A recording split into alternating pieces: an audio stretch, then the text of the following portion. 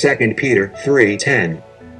But the day of the Lord will come like a thief, in which the heavens will pass away with a roar, and the elements will be destroyed with intense heat, and the earth and its works will be burned up.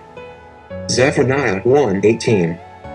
Neither their silver nor their gold will be able to deliver them on the day of the Lord's wrath, and all the earth will be devoured in the fire of his jealousy, for he will make a complete end, indeed a terrifying one, of all the inhabitants of the earth.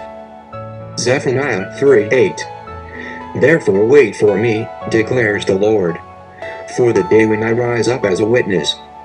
Indeed, my decision is to gather nations, to assemble kingdoms, to pour out on them my indignation, all my burning anger, for all the earth will be devoured by the fire of my zeal. 2 Peter 3:11. Since all these things are to be destroyed in this way, what sort of people ought you to be in holy conduct and godliness? 2 Peter 3:12. Looking for and hastening the coming of the day of God, because of which the heavens will be destroyed by burning, and the elements will melt with intense heat. Brethren, be ready before the final judgment of God.